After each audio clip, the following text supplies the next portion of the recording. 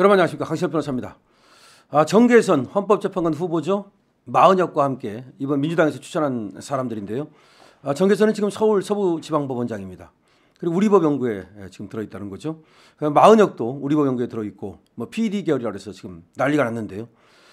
지금 민주당에서 추천하는 사람들은 보니까 전부 다 진보 좌파 그런 색깔을 갖고 있는 그런 판사들인데, 이 정계선의 경우 본인도 이렇게 좀 문제가 있을 뿐만 아니라 그 남편이 말이죠. 지금 민주당이 만든 탄핵소추 대리인단 그 대표인 김희수, 이 사람이 이사장으로 있는 공감이라고 하는 그 재단, 거기에 같이 소속돼서 일하고 있다는 겁니다.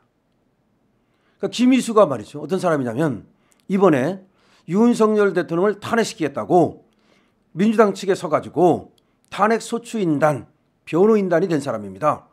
그 변호인이 지금 17명이 꾸려졌는데 그중에 대표가 김희수입니다. 김희수는 과거 헌법재판관을 지낸 사람인데 이 사람이 어떤 사람이냐, 한마디로 말하면 완전히 진보 색깔입니다. 통진당 해산 있었죠. 이석기가 들어있던 이 통진당을 해산할 때 헌법재판관 이 사람 빼놓고 8명이 모두 통진당을 해산해야 된다라고 했음에도 불구하고 이 김희수는 통진당 해산에 반대를 했던 사람입니다. 그 정도로 완전히 저쪽 사람이고, 이번에 또 김희수가 무슨 말을 했느냐, 윤석열 대통령 이 사건은 하나마나 100% 탄핵이다, 이렇게 얘기를 한 사람입니다. 이런 사람을 민주당이 지금 탄핵 대리인단에 집어넣었단 말이에요. 그런데 이 김희수와 같은 공감이라고 하는 재단에서 소속돼서 일하고 있는 사람이 바로 정계선의 남편이라는 겁니다. 이 사람 이름이 황필규 변호사인데 지금 정계선은 서울 서부지방법원장이고 현재 그 남편은 변호사다 이 말이에요. 그런데 이 서울 서부지방법원장인 정계선이 이번에 헌법재판관 후보로 올라간 거예요. 민주당에서 밀고 있는 거죠. 여러분 세 사람이 따르죠. 마은혁, 정계선, 그리고 조한창. 조한창은 우리 국민의힘 쪽에서 민 거고 지금 마은혁과 정계선은 민주당 쪽에서 민 사람들인데 두 사람 다 우리법 연구회 출신이고 완전히 진보 좌파의 색깔을 강하게 갖고 있는 사람이다. 뭐 마은혁은 뭐 너무나 강해서 말할 필요가 없고 이 정계선조차도 그 남편과 이 정계선 본인이 모두가 불공정 재판을 할 가능성이 너무나 많다는 거죠. 한번 생각해 보세요. 지금 정계선이 헌법재판관으로 갔습니다. 그런데 그 남편이 황필규가 말이죠. 저 김희수하고 같은 재단에 속해 있습니다. 그러면 그 황필규하고 김희수가 엄청 가깝다고 봐야 되는데, 그러면 그렇지 않아도 정계선은 좌파인데 확실하게 윤석열 대통령 탄핵 그쪽에 쓰지 않겠습니까? 쓰는 것뿐만 아니라 재판 진행 과정에서도 불공정한 재판을 할 가능성이 얼마나 높겠습니까? 이런 사람이 헌법재판관이 되면, 이런 사람을 헌법재판관 임명하면 그게 그러면 선수하고 심판하고 짜고 하는 그런 게임과 똑같아가지고 하면 뭐합니까? 그럼 재판할 거 뭐 있어요? 그렇게 되면 저런 사람들이 재판을 한다고 그러면 윤석열 대통령은 재판을 보이콧해야 되는 거죠. 이것도 헌법재판이라고 해서 우리 기피 신청을 할 수 없는 게 아니죠. 사실 재판은 말이죠. 기피 신청을 하게 되면 여러분들 아시는 것처럼 그렇게 되면 다른 재판으로 바꾸지 않습니까? 판사를 바꾸지 않습니까? 근데 헌법재판소는 9명밖에 안 되기 때문에 이 판사를 바꾸는 것도 어려워요. 재판관을 바꿀 수도 없어요. 그렇다면 그 문제가 있는, 그리고 불공정한 재판을 할 가능성이 있는 사람을 임명하지 말아야 되는 거죠. 그런데 지금 민주당은 일부러 이 정계선을 어떻게든지 이번에 임명시킴으로써 윤석열 대통령을 탄핵시키는데 앞장서게 만들려는 거죠. 그런데 지금 드러난 바와 같이 그 남편이 이 김희수와 이렇게 관계가 있다면 더 이상 정계선의 임명을 주장해서는 안 되는 겁니다. 만약에 민주당이 계속해서 이 정계선을 임명하라고, 마은혁을 임명하라고 우리 한덕수 국무총리 권한대행을 갖다가 압박한다면, 협박한다면 한덕수 권한대행은 이 이재명과 민주당을 갖다가 당연히 법적 조치하고 그리고 거부권을, 그러니까 임명을 하지 말아야 되는 거죠. 임명하라고 하는 것에 대해서 임명을 하지 않는 그런 어떤, 당연히 그렇게 해야 되는 겁니다. 물론 그러면 탄핵을 하겠죠. 탄핵을 한번 하라고 합시죠. 탄핵을 한번 하라고 그러고 그리고 그 다음 사람이 또 가가지고서 또 이재명 말을 들어가지고서 굴복한다면 그 자는 그야말로 역사에 엄청난 죄를 짓게 되는 거겠죠. 지금 미국에서 말이죠. 조 바이든 행정부가 한덕수 총리를 파트너로 지금 인정하고 있어요. 물론 트럼프까지도 제가 어떻게 할지 모르지만 트럼프도 조 바이든 대통령과 비슷한 길을 갈 걸로 봅니다. 왜냐하면 한덕수는 말이죠.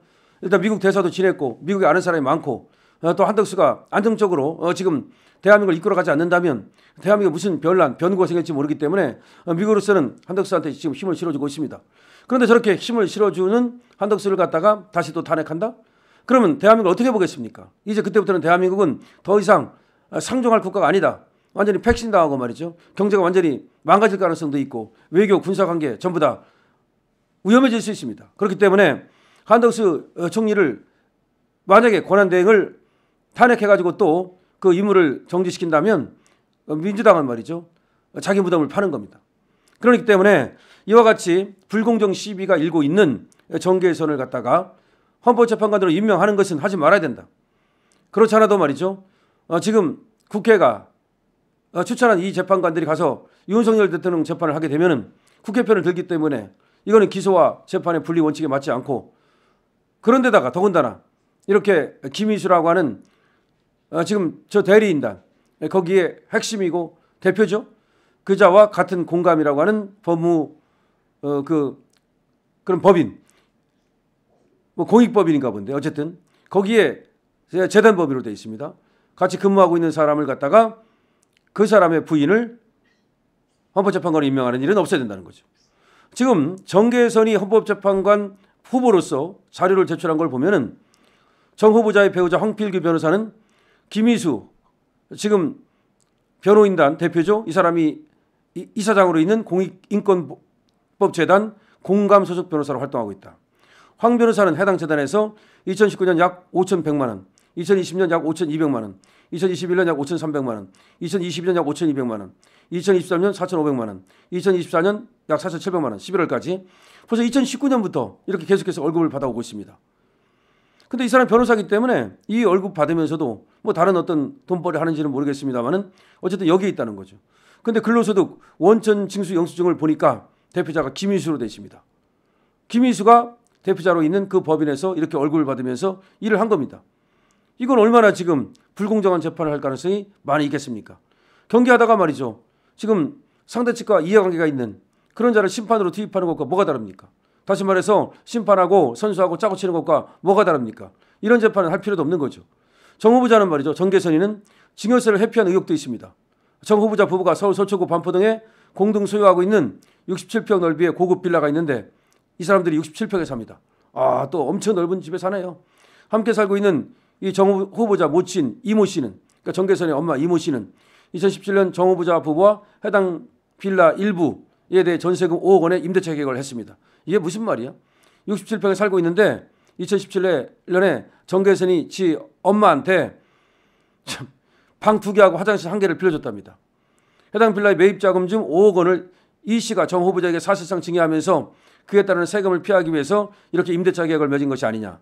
지금 무슨 말이냐면 엄마가 딸한테 돈을 준 거야 분명히. 그런데 그 줬다면 증여세를 내야 되지 않습니까? 그 증여세 안 내려고 엄마한테 지금 5억 원 받고서 방 하나 빌려준 걸로 자기네 집에 일부를 빌려준 걸로 그렇게 임대차 계약을 맺었다는 겁니다. 꼼수를 부리는 거죠. 자, 정계선은 말이죠. 김희수 헌법재판관이 전 헌법재판관이 탄핵소지 공동대표를 맡았다는 소식은 언론을 통해 접했다. 김희수 전 헌법재판관이 사회봉사 일환으로 해당 법인에서 이사장직을 맡은 걸로 알고 있고 이해관계 충돌은 없다.